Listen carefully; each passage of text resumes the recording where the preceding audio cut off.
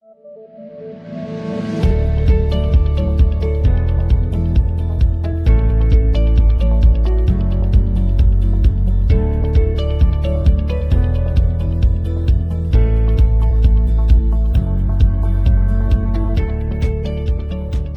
to SaaSBOOMi BTS Podcast.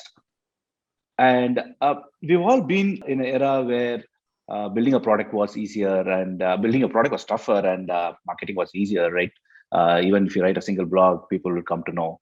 And now we are in a world of overload of marketing efforts, overload of content. You think of an idea, there is already somebody who has written about it, right? Content overload. That's the world we live in.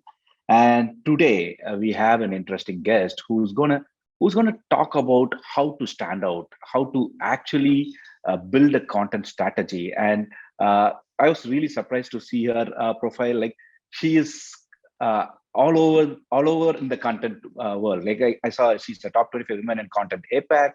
CMS Content Mogul was an influencer in the content space.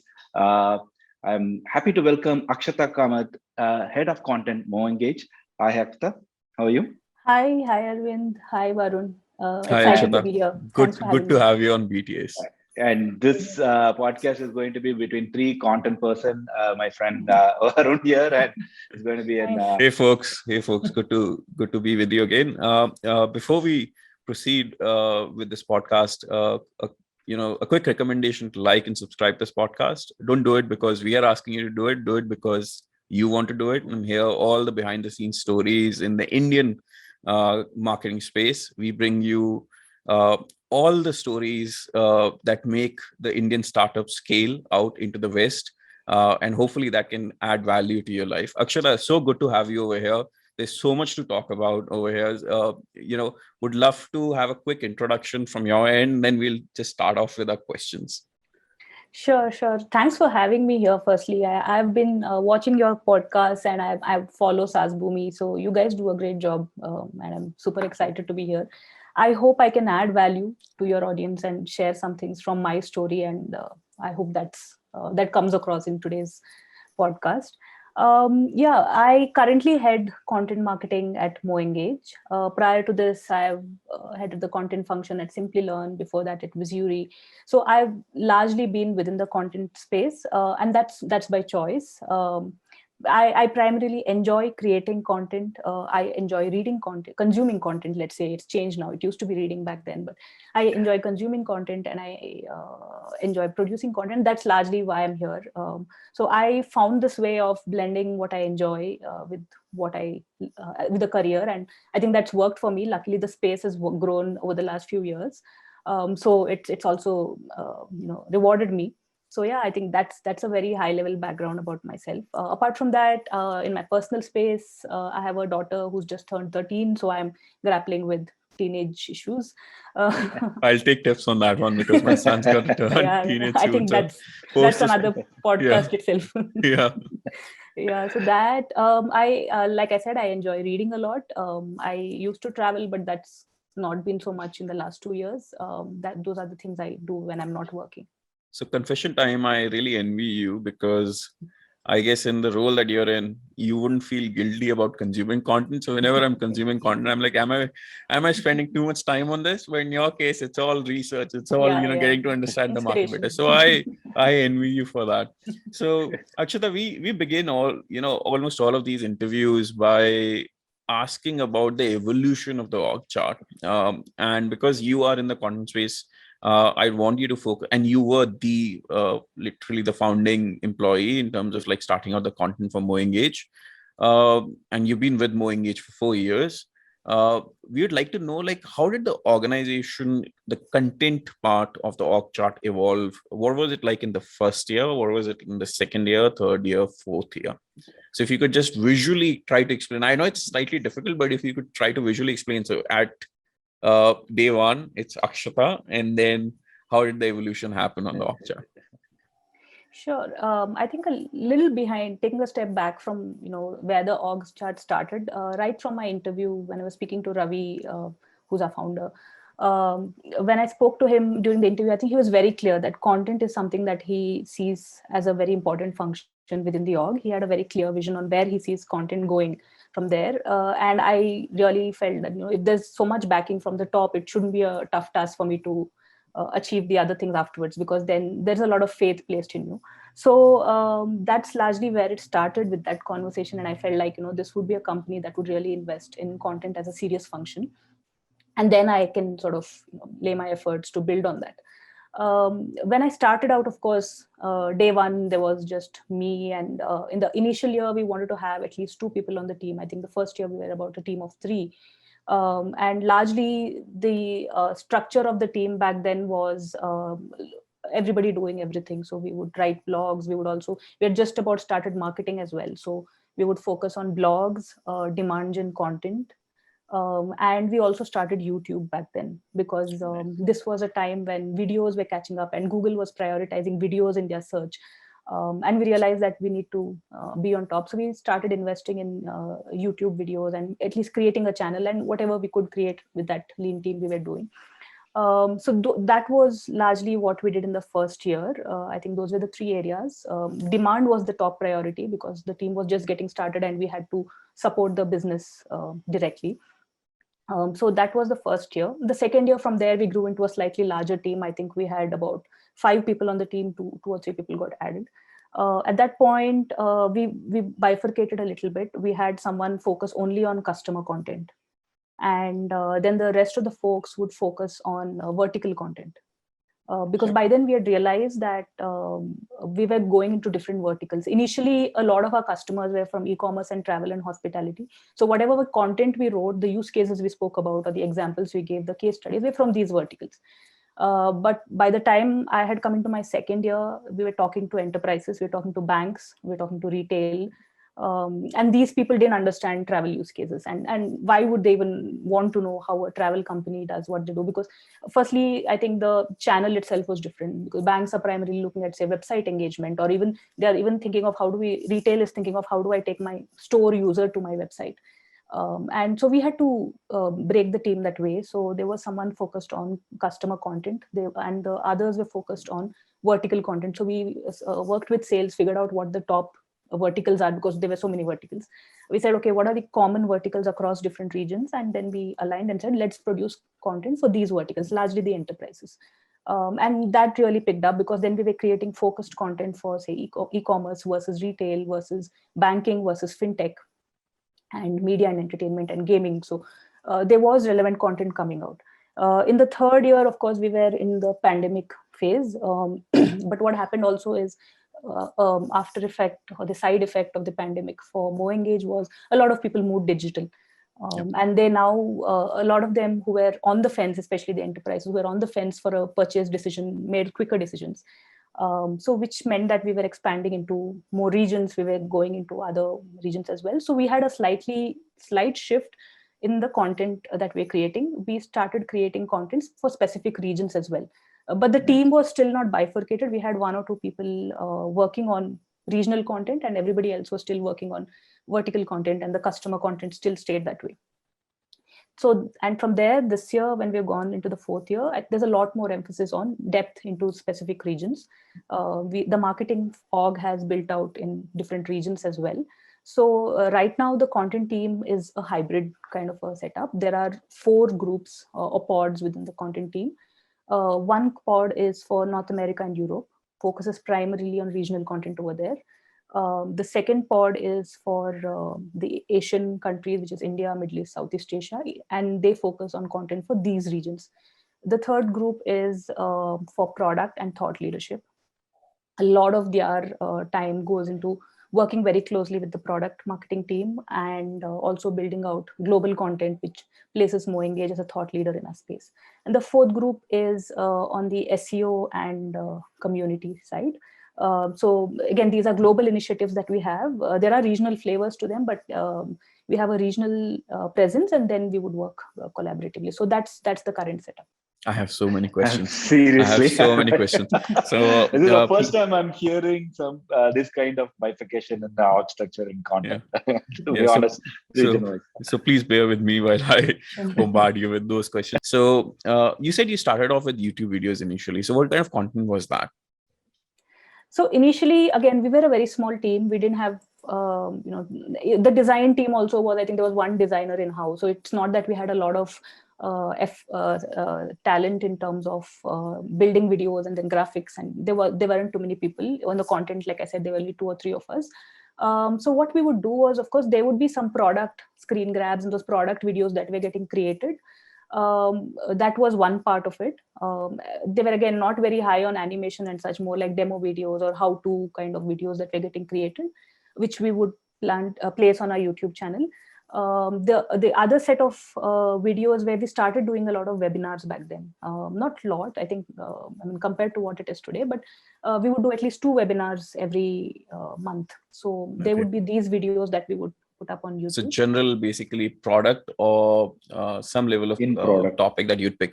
Then you said on the second year, you decide to split the content into customer content and vertical content. There's some aspects of it which I'm just trying to understand. So vertical, I'm presuming, is on a space, but what's customer content? Customer content is, I think what we wanted to do was make sure we're bringing out customer stories. Now, whether it's in the form of a case study, we still wanted to give some kind of platform for our customers to speak about their success and speak about what they've been doing. So whether it's a video chat or it's a podcast or a webinar presence. So any kind of content that we could create around our customers and based on how they were succeeding in their projects. So making your customers heroes, so to speak. Yeah. Interesting.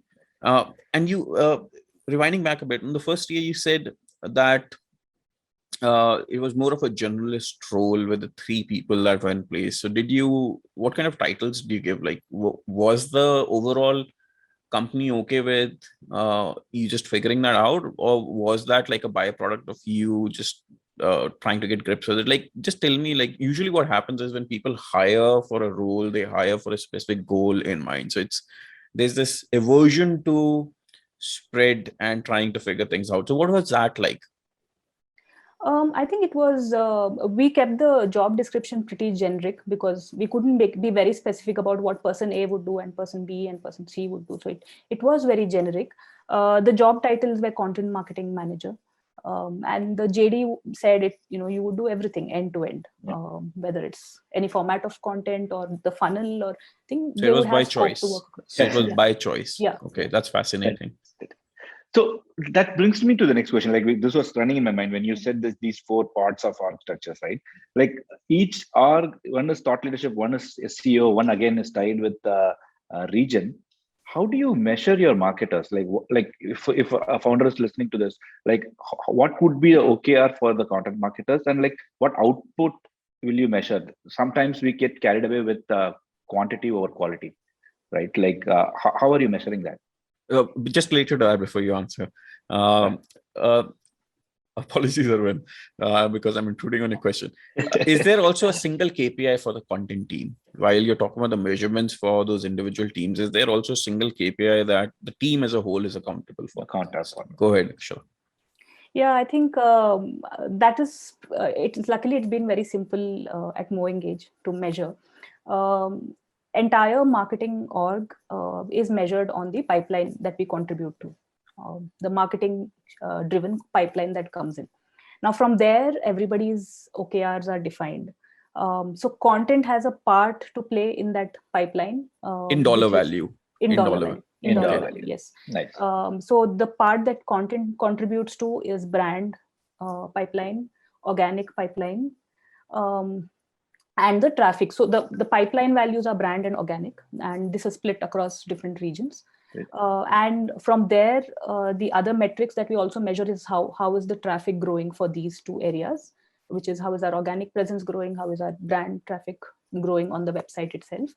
And of course, then we further bifurcate this down to the executional level, saying how many MQLs and SQLs and opportunities need to be formed to touch those numbers.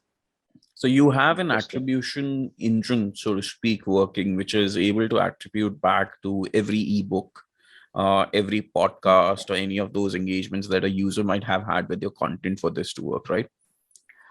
We can measure, but at the moment we do not go back because there is attribution set up. So we can go back and look at first touch or influence, content influence as well. One of the other things we also measure is account coverage, which means how many people have consumed our content who are already in the funnel, because we want to make sure even if they're not ready to buy, they're at least engaged with the brand. So that is the other metric. So there are attributions set up.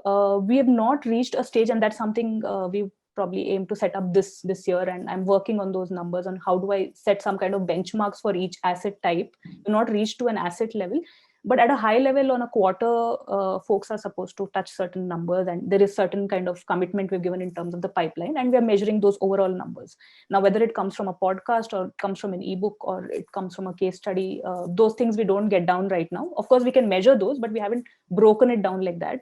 Also, what's interesting is the same numbers are reflected with the distribution teams. So there is no conflict. So if I'm saying that I want to distribute something in this region because we want to hit these numbers, the distribution, the social team or the paid team, they are aligned there because they have the same numbers to achieve. So there is no conflict of interest that happens here. So I'm going to come back to the 4th-year organization structure. But before I do that, I'm curious on currently, how is the overall marketing team structured? Who do you report to? So if you could just kind of like visualize that marketing structure as well of MoEngage. I report into Ashwin, who is the VP marketing at MoEngage. So within the marketing org, we have regional leaders now. We have 5 key regions that we operate in, which is India, Middle East, Southeast Asia, North America, and Europe. For each region, we have a local regional leader. So they are the regional marketing leaders. And within these regions, we have the GTM kind of teams over there, which is the product marketing or the regional field marketing or a campaign manager. And centrally, there is the content team, which I spoke about the structure, which is hybrid. There is also a digital team, which again has a similar hybrid structure where there are regional folks assigned to each region, as well as central folks for the social bit. And then there is the marketing ops, and then there is the website ops. Okay. And this is the regional setup is fascinating. So usually what I've seen, at least in the Western companies, is that you have like, let's say a product marketing structure, and then the regions are distributed with a dotted line structure. Over at MoEngage, it seems that the regions are the primary driver of the organization chart, and then the dotted line structure across the different kinds of expertise, so to speak. So different product marketing managers would like have a dotted line structure. Any particular reason for following this as a primary versus the others, kind of like a norm, so to speak, that's being followed at other companies? Yeah, I think largely because of the alignment within the org itself. Even if you look at sales or if you look at the customer success, they have a similar kind of a distribution. Yeah. So marketing also has like a regional marketing, which sort of leads it from the front.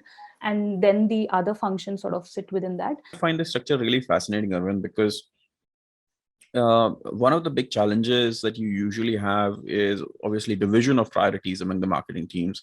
So when you do not have, when you are selling globally and you do not have a regional setup like this, there's certain level of lack of focus, so to speak, that comes in. So you're generally measuring your output just by the amount of content you're publishing without real prioritization that would happen. Plus, the job of marketing is to provide covering fire, so to speak, Correct. to the sales and the customer success. And if you do not follow this regional structure, I wonder if that's a challenge that companies are inflicting upon themselves, where the covering fire would not be as stronger.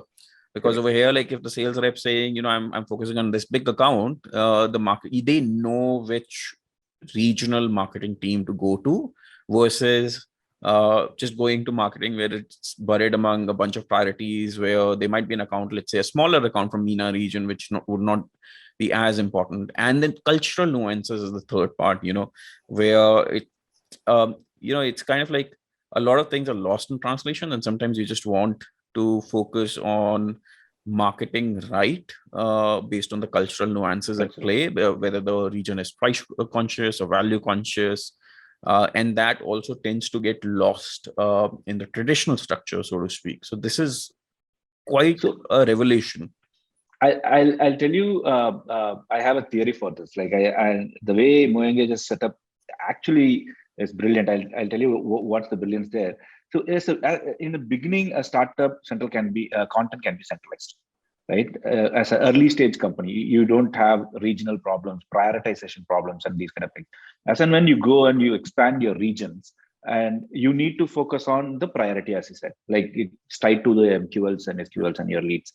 The second part is there are horizontal content like SEO, which is going to be like broader. You're increasing the organic and thought leadership where you're educating the market. That should always be horizontal. And the keywords are generally same across regions. Like, exactly. You don't see much variation across the keywords. So this covers both the pain points. The brilliance of it is there are four. When she started North America, then Asia Pacific, I thought all the content team is going to be split across only regions.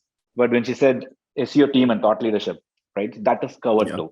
So for a startup, when you have very limited content team, 2 or 3 people content team, it's okay to be horizontal, like centralized and like cover help everybody. Don't restrict yourself to this activity alone. Once you grow, I think it's better to go deeper in each of these aspects. So, Akshata, I have a question on why is thought leadership not part of the regional team? Why is it like a horizontal thing? So it works very closely with regions also. It is not that we will create some thought leadership content in isolation and then regions will do something else over there. So the way thought leadership works is centrally we are picking up on certain themes, whether it's based on positioning or whether it's based on the industry trends that we want to capture on, or whether it's which are universal, which are mostly universal across the world. And whether it's in terms of the data or how do we want to position. Now it's a conscious decision we took that MoEngage as a brand, we don't want to be. I think it makes sense to have thought leadership regional when you want to be known differently in different regions. At this point, I think we don't want to have that differentiated presence. Also in a digital world, I don't know, in a physical world, maybe it made sense to call yourself as a CRM company one place and automation company another place. But in the digital world, it's all there. People can discover. We felt having this in different regions might cause confusion, and we might end up publishing different kinds of content and sometimes probably overlapping or even contradicting ourselves. So that's why it's central, but it also works with regional. So when I say how that works is whoever is producing central thought leadership content is working very closely with the regional sales, regional marketing folks. So we have an interesting way of building content. So if you're publishing, say, a long form report or a very high value asset, which requires a lot of time and effort, and we feel like it has a lot of good content there, we have a process where we start with a TOC discussion, where we invite people from different regions, different sales, from different functions, GTM functions, the marketing functions, and we walk them through and say, look, this is what we're building, and what do you have to say? Then we collect all these thoughts and opinions and then go back and build that. And then we work for distribution regionally. So if this asset is coming out next month, I'm already working with the different regions to build out PR stories. I'm already working with them to figure out what else can we do regionally to distribute this. How do we take this to the region? So that happens at a very regional level, but the core content gets produced centrally. If you were to split the amount of content that's produced by regional teams or based on customer content, vertical content, what would the ratio be like? Rough guess. I think it's different for different regions because I think if I look at the Indian market or Southeast Asian market where we have more content, I think the customer content is quite higher because of the volume of customers that we have and the stories we can tell. It's slightly lower in the West. So it would depend on the regions. But if I were to say, if I look at the markets that we're strong in, say, India and Southeast Asia, I think about the vertical content. Do you want vertical content? Because sometimes they even create generic content for regions. So right. I think the customer content versus the other content split would be about 30-40% to 50 to 60%. Okay. And what really interests me is how, rewinding back, organizations run on cadence. So there's a certain set of weekly meetings that happen.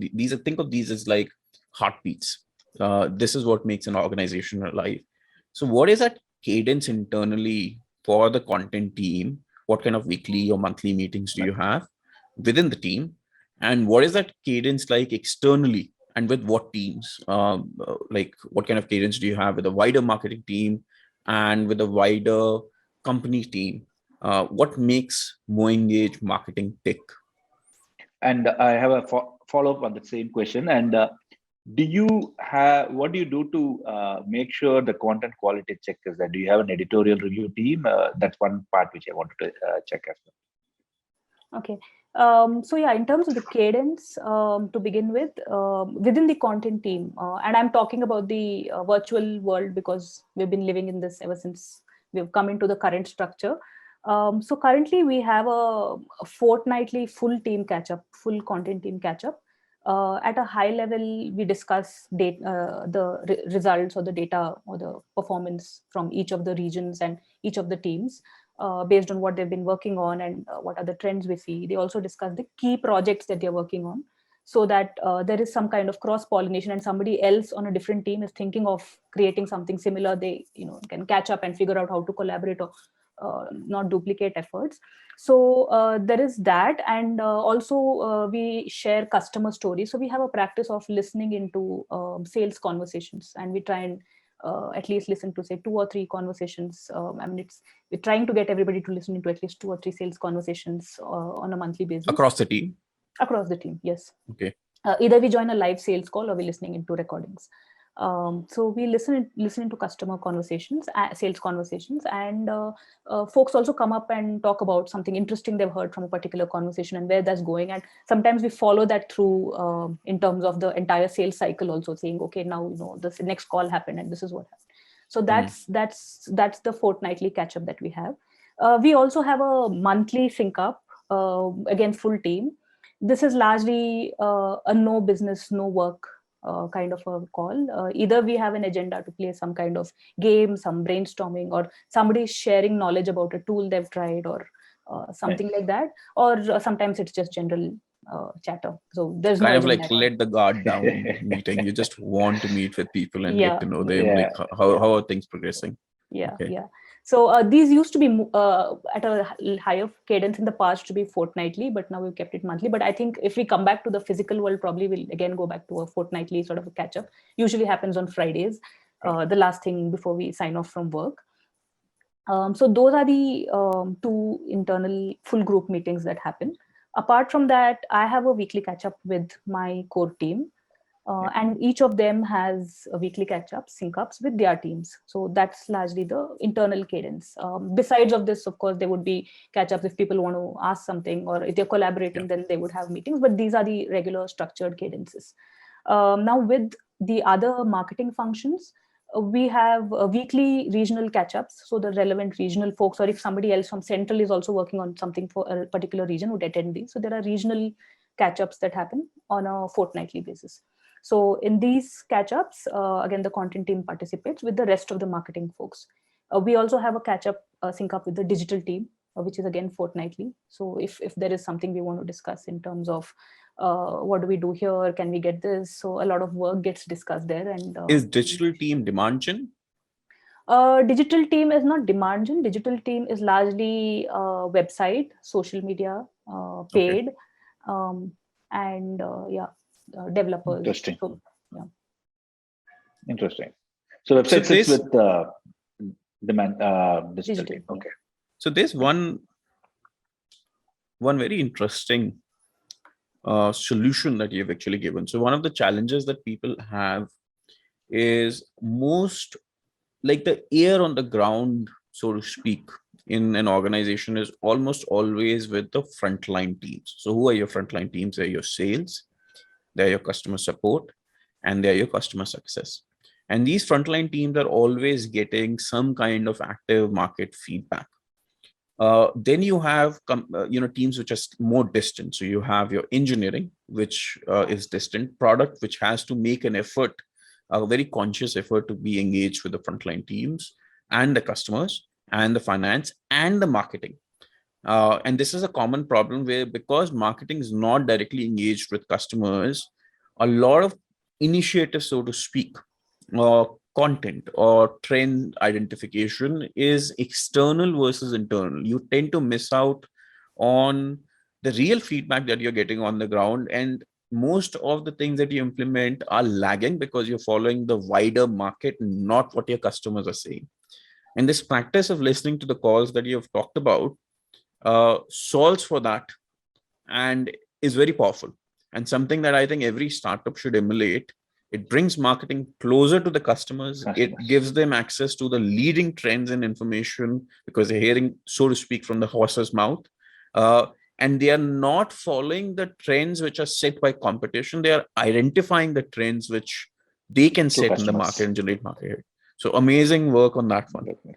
So, Akshata, I want to take you to a different world altogether. So, MoEngage, the recent days, I've been seeing them in a lot of Magic Quadrant and cracking this earned media, right? Like there is this constant PR, meaning paying and getting some coverages or just announcing funding news. I saw some couple of good campaigns which MoEngage was in the news. So, I'm curious to know, like, how did you crack it? What was behind it? Yeah, I can share a very interesting story about the earned media bit, quite recent also. So this was about 2020, the initial part of 2020, and we had just built out our marketing plan. I think all of us were at the same point where we just built out the plan for the rest of the year, budgets and everything was set. From a content perspective, we had laid out the core themes we're going to go after, and we were thinking of going after something like growth marketing or growth because that was the real pain point that our customers or our prospects face when they sort of are in that part of the journey. They are looking at how do I grow from here? How do I take that leap from say 1 to 10 and things like that. So we felt that would be an interesting area to cover and talk about what it takes to make that journey. Unfortunately, because of COVID, we couldn't do that because we felt wasn't the best time to talk about growth because people were really uncertain about survival at that point. So we had to park that. The other thing that was also in the works at the same time was a data-backed report that we're creating with Apptopia. Now, we were trying to produce original content for the Western markets, for North America to be specific at that point. And we realized that we are not a known brand over there. We're quite nascent, probably a year or two into the region. Not too many people knew us. So even if we were to produce a really interesting data backed report or publish some kind of benchmarks, how would people even trust us, or why would they even consume our content? Why would they download? So we felt that we could work with a partner who is known in the region, who has some kind of a similar data-backed presence over there, who's built some kind of leadership for themselves, and it would be a interesting collaboration because for them the Asian markets would be quite new, and we could sort of complement each other. So we were working with Apptopia on a report on travel and hospitality. Nice. And again, we felt that was not the right vertical to talk about because again, travel and hospitality was really the worst hit during the pandemic, and we felt, oh, let's now rethink what we're doing. So what we went on to do was there was a lot of uncertainty in the market and people didn't know what's happening. They were, oh, is this happening only to my brand or is everybody getting affected? What's happening globally? There was all this uncertainty between that March to May kind of a period. And we wanted to sort of help people at that point with the right information. So we said, let's work together on a report, but let's expand the scope and let's change what we're planning earlier. So we looked at creating something which was global, which covered, I think, about 14 or 15 different verticals. Nice. And across these 5-6 regions that we operate in. And we said, let's work on building out a larger report which talks about what's really happening around the world. What is the impact of this pandemic? The report was called The Impact of COVID-19 on Businesses. And primarily we focused on what are the engagement trends, what are the downloads, and then the DAUs and MAUs, and how people, how is it growing for certain verticals in certain regions. And there were some contradicting data saying in certain regions, certain verticals are doing well versus some places it was stagnant. And something like a banking was strangely stagnant, wasn't growing much. So there were some interesting trends that we pulled out from there. Real estate in Middle East was growing and people were like, why? There was conversation on why real estate is growing at this point. So there were these data points that we pulled out from both our sides, and we published this holistic report. An interesting thing we also did was we said there's a lot of data. It was, I think, a 50-60 pager book.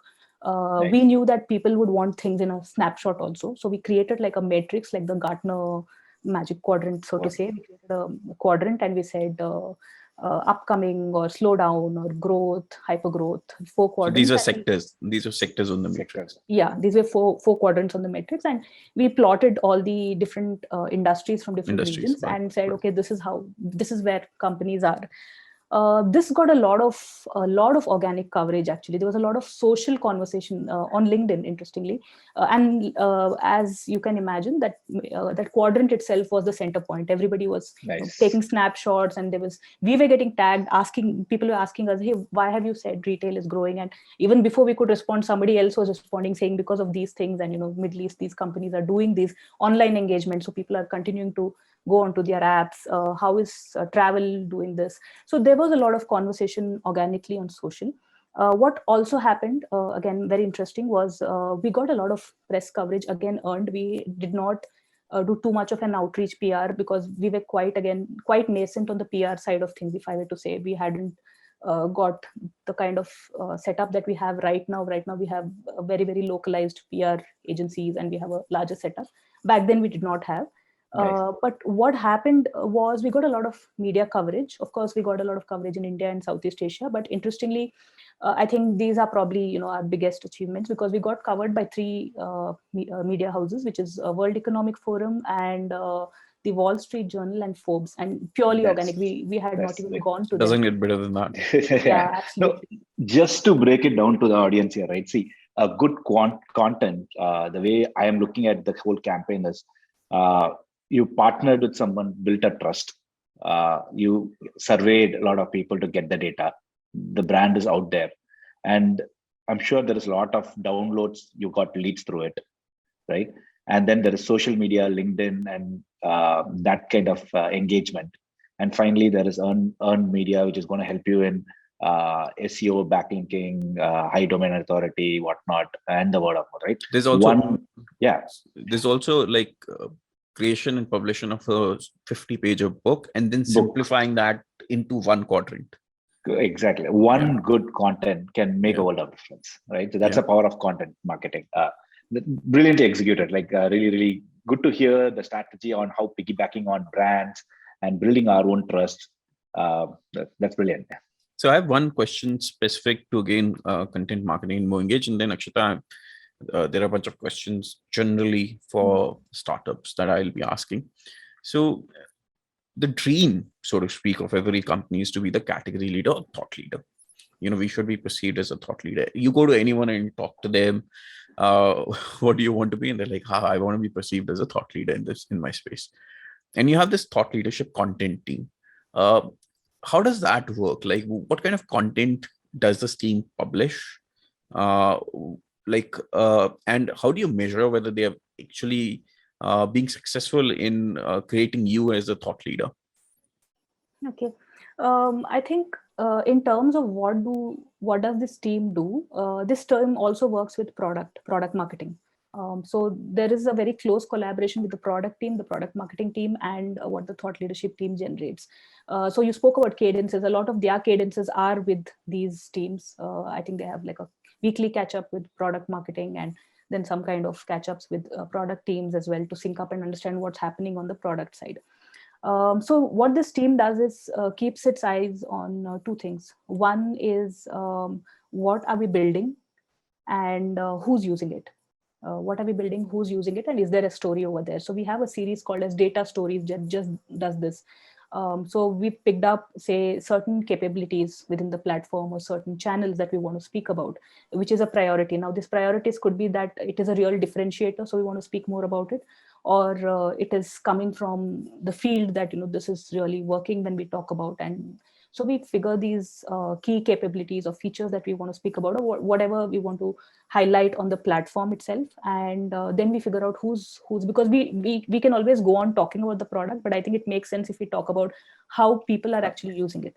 So we have something called as data stories, which is just that we pick certain capabilities and we see who's using them and what success have they seen, and we build out that blog. As of now, it's a blog format, but I'm sure it's going to evolve into videos and other things over this year. Yeah. But right now it's a blog. So we publish these stories where we talk about a specific company who's really, and we go really deep into what was the before scenario and what did they do within the platform and what features, what is the within that capability, how did they use it. So it goes a lot deeper than a case study would in terms of the particular feature or the capability.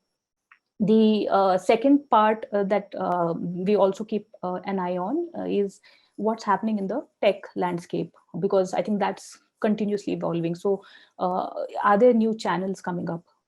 Because I think that's one area where our customers or prospects want to be on top of. So when you talk about Meta, what does that mean to them? Should they even invest?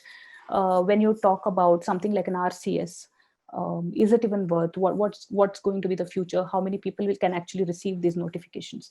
So there is a lot of market driven technology trends that we want to focus on, and we want to sort of whatever we think is relevant for our audience, we want to present that, basically get that information in one place and share with them so they can sort of learn from that. And we are able to sort of tie it back to what they're doing instead of just talking about this as a channel. RCS as something that's come up, and this is because that's the larger media conversation you would hear about. Google is launching RCS and this and that, but we want to bring it down to what it means to our target audience. The third piece, of course, is now again coming from a platform capability. It's kind of tied down to that. So now, how do we showcase the platform value in terms of the improvements? So whether it's benchmark reports or any kind of retention reports, so any kind of data back content is also something that this team has a cadence to. So they sort of build that out on a regular basis. Again, it could be global, which covers a lot of things, or it could be very specific to one channel because we want to emphasize on that. And the fourth piece, of course, is when you spoke about category and when we spoke about positioning ourselves. Now, where do we want to be seen as? And I think we want to, the category we associate ourselves is with customer engagement. Because when we spoke to a lot of our customers, prospects, and the summary of all of this was, what do they use our platform for? They use it to engage their customers. I mean, there was a lot of words like automation, CRM, and nowadays you see CDP and all of that. But when we largely ask them what is the purpose of a platform like SaaS, I think what came out of all those conversations was customer engagement is the key. Now, whether they use it on the mobile, on the website, however they use it, there are different use cases. So that is the space that we want to be. And so within that space now, how do we talk about the trends, how things are shaping up? Because again, that's evolving as well as consumers. I think the key driver here is the consumer. You have a new channel, consumers hop on that. You have a new social media platform, consumers hop on that. And brands need to play catch up and they need to be ahead of those trends. And we are trying to make sure we give them all of that information through this team. So largely that's how we have. So in terms of planning, I think when they look at all of this and they say, where do we want to talk about? I think like the positioning and the category part is constant. But from a product or a platform perspective, we have, say, half yearly kind of a theme and say, okay, let's talk about email and maybe AI in the next 2 quarters, and then we produce content over that. Now, whether it's a report, whether it's a series of interviews, whether it's data stories, it will all tie into one single large campaign. Arvind, there are a bunch of 2 insights, very profound insights out of this. One is that part of the role this thought leadership team is doing is product marketing. Correct. You are taking a value, you're communicating that. But product marketing does not go beyond launches. Like you might influence a bunch of things on the website, but it's not like a continuous thing. So by combining that role, half the role of product marketing with half the role of content marketing, you're creating something really powerful over here. The second profound insight is that usually a lot of companies hire people with an objective to generate case studies. So there's 1, 2, 3 people. The goal that they're given is go ahead, get me some case studies so I can take this logo, I can stamp it on the website, and there's a PDF which can be downloaded and which can be shared. Over here, that objective is there, but it's one level below, where you're taking that individual feature or the value that's being contributed by the product and structuring case studies on that. So it's a very small nuance, but it's very powerful, because what the leadership over here is doing is saying, don't go ahead and case studies. That's an outcome that will come out of it. Go ahead, find out what features are being used by customers and get the stories out for that value which is being generated. So just by going one level below on the nuance of what is actually needed, the outcome's still a case study. Excellent. But it's so much more higher quality and powerful than what you would get if you were following the traditional approach, which is one level above, very confusing, very overall. You'd still get a case study in the other one, but it's not going to be as good as this one. So amazing. So we still have the traditional case studies, by the way, and that sits with the regional content folks. No, I'll tell you where this exactly impacts, right? As you said, it's a product marketing's job. And what exactly this does is positioning, right? We have a messaging. Continuous positioning. I would say continuous positioning. Exactly. So positioning, traditional product marketing is like, it's synced to events. It's not a continuous positioning. This is continuous positioning. Subconsciously, you're influencing it. Yeah, continuously. That's the emphasis. Yeah. Okay, I've learned a lot, Akshatha. So far, there's a lot of like these interesting mind benders that have come up. So now we're going to go beyond MoEngage, right? Now, just based on your experience, we're going to ask 2 to 3 questions. And you have a rapid fire round. And there's a rapid fire round, which Arvind loves to have. So I'm a bit concerned about that. Arvind lives his dream of being the Karan Johar and coffee with Karan by doing Where's the hamper though? Yeah, that's a good one. That's a good one. Where's the hamper, Arvind? I'm going to send a bill to Avinash right now. I'm not answering. We need a hamper. We need a hamper. So the first question, Akshata, is the world is drowning in content, right? Arvind initially, when the podcast started, mentioned this. There was a point when you knew what blog was being published across the industry, and it's only going to get worse. So how do you stand? How does a startup stand out in your opinion? Like, what should they be doing? Okay, I think what we're trying to do, and we've been thinking this way from the beginning. This is less on MoEngage. This is your feedback on the startup. I think and I'm talking from experience. So generally, my approach is to really think of your customer or your audience or whoever is going to consume that piece of content, and center everything around that person. Now, what do you want to achieve with this piece of content? Why does somebody come and consume your content? Because A, they're finding something new that they don't find everywhere else. B, they trust you for that information that you're sharing. C, you created some kind of a resonance with them or some kind of a bond with them that they feel like, oh, this is one source I want to go back to, and they keep talking about the problems that matter to me. They're talking about the real things. So I think largely when I sum this up, I look at it as what does it take to make your especially in a B2B SaaS kind of a space. I think the purpose of content is what does it take to make your audience smarter at their jobs, within their orgs. Give them all of that and they will come back to you. So make your customers successful. Yeah, give them all the tools, the knowledge, the information they need to do better at their jobs, to succeed within their orgs, to take their orgs to the next level. And they would come back to you and they would trust you. So that is the core of everything that I think content teams should focus on, because I think the OKRs around pipelines and traffic and time on page and everything is tied down to this. So if you are able to really have that connect with your audience, I think, and the second part is that is how you would probably bring somebody back. Now, how do you stand out in the crowded market and when there's so much going on? I think if you're able to tell the same story differently, of course, if you have a lot of really good content, that is essential. I'm keeping that on the side. Given that you have good content, how do you then carve a niche for yourself? I think it's on the storytelling, on how you're telling that story or how you're building some kind of a memorable experience. Now, the best pieces of content we all remember that come to our mind. I'm sure there are 10 other brands talking about the same thing. But why do you remember that? Either they are presented in a different format, it's spoken about, or it's visualized in a particular way. They've told it in an interesting format, or they've just broken the norms of usual B2B content and they've put it up in a very different, interesting format. So I think that is what people need to focus on. So content is not just writing a lot of absolutely good lines. how do you present that, and how do you create something memorable? I think those are the two things. So Like, how do you there's a line for that, right? Writing a content is half the job and packaging is the yeah other half. yeah yeah So So the that's point of view and the perspective over here matters. And again, on that, making your customer successful, there's a lot of inertia that people have. Oh, I have to talk to customers, and they are generally not opening up. But see, you've already given them the solution. You've already told them, listen to the sales calls that are there. Keep an eye as a marketing team on the customer service request.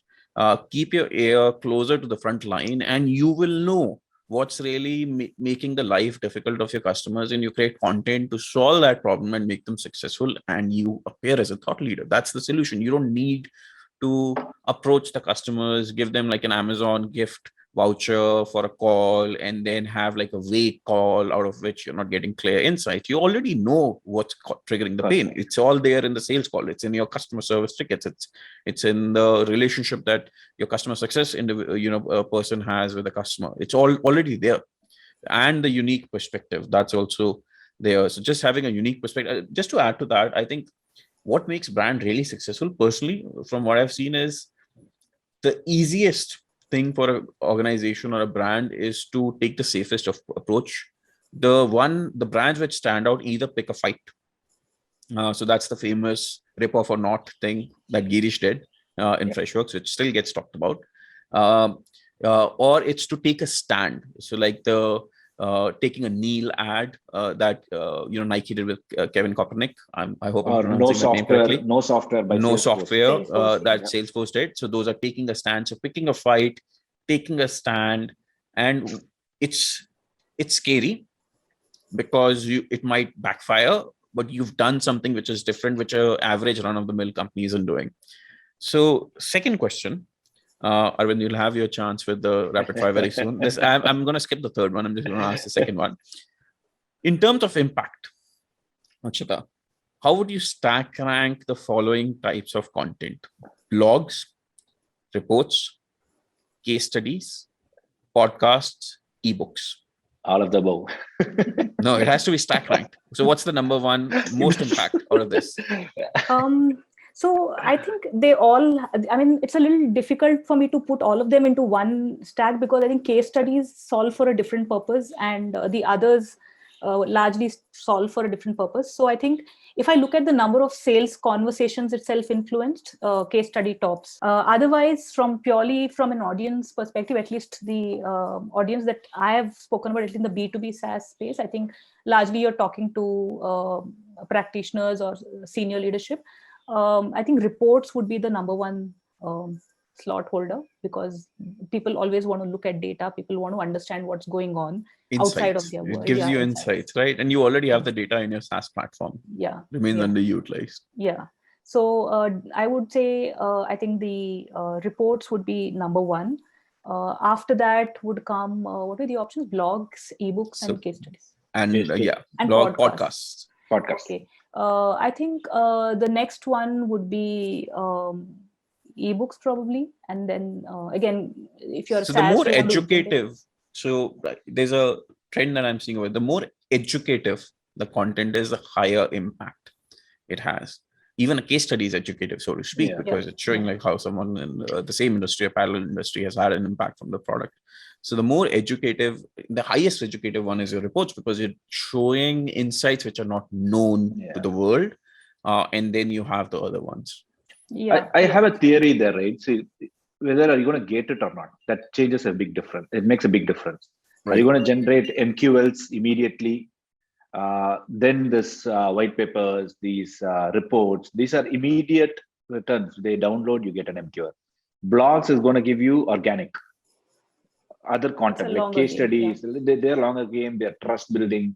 So the answer depends based on whether you're going to get or not. Right. Even within gate or ungate, because if you're ungating, then everything is pretty much a blog, because it's the same format. But even within that, I would say data trumps data, and I think real life stories trumps everything else. Everything else, absolutely. So Arvind, before we move on to rapid fire, this is for the audience. I hope everyone's been enjoying this wonderful conversation with lots of insights with Akshata.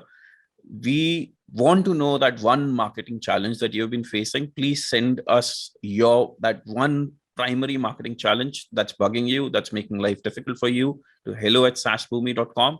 We'd love to hear from you. We'd love to cover those topics, bring out and uncover those insights from companies which have already solved that. So hello@saasboomi.com. Please send that email. We look forward to hearing from you. Arvind. Awesome. Akshata, are you ready? I guess so. Do I have You a choice? you don't have time to think. So Okay.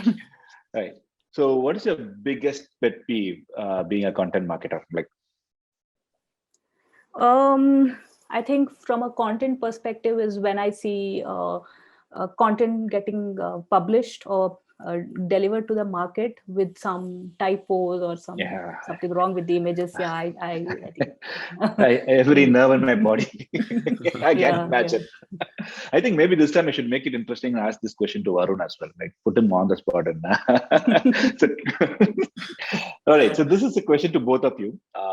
So we Indians are used to Victorian style of writing, and now we write to the world with a different style of writing. So the Hindu or the Times of India? I don't read either, so I don't think I can answer the question. I let Akshata answer. I get Times of India at home, but I don't know if there's a difference in. I mean, I've not read Hindu, so Hindu has a Victorian style of writing. Okay. So like they're used to having a lot of bullshit words, like which flowery doesn't make any sense. Flowery language, right? So when we definitely when we Times of India, definitely Times of India. The era of in my opinion, the way you speak is the way you should write. There's a place for that Victorian style language. It's not. No, but we have been trained like that. Like if you see our college schools, like they expect us to write in such a way that there are a lot of fillers, there are a lot of prefix and so on. Right. So when I hire content writers in my company, I want them to unlearn everything they learned in their schools and colleges. Yeah. So that's what I call the Hindu. I think as a speak. Content writer, that is one of the first hurdles you'll have to overcome in your career. Correct. To change the way in which you're writing, especially if you're writing for a global audience. Yeah. Let's move on to the controversial questions there, right? Okay. How do you feel when you remove the "you" in the languages now? Will you always be like honor or color? Like, what do you do there? I use Grammarly to make sure I do that. So from British English to American English. What is the sentiment? It's okay. I think I've been following the US English for a long time now, so it's okay. You know, I'll be very honest on this one. You haven't asked me this question, but there's this feeling that I don't always remember whether the Z goes in British English or American English. I know now when I'm saying it, yes, it's in British English and American's S, but I always get confused on this one. Yeah, Z and S. Yeah. Oh my God. The U is easier. The Z and S is harder. And S is tougher. Who's your favorite blogger? My favorite blogger. I think I follow brands, individuals not so much. I mean, I think I can say Neil Patel, but then that's very generic. I read a lot of content from, say, something like an Intercom or amazing content. Yeah, I'm inspired by how they present content and how they just lay all of that out. The other one is, I think, ThoughtSpot, who are doing a very good job positioning themselves, and they have I'm following their journey of how they've trying to create a niche, and then they've taken that story across different things they do. So yeah, I think these are the two places Perfect. All right. And today we also live in a world of Fiverr and Content Pepper and things like that. So freelancing or in-house content? I think both. There's a mix of both that you will need. There are certain things which are content repurpose where you could work with freelance. But a lot of your core original content needs to be in-house. So it would be a hybrid of both of them.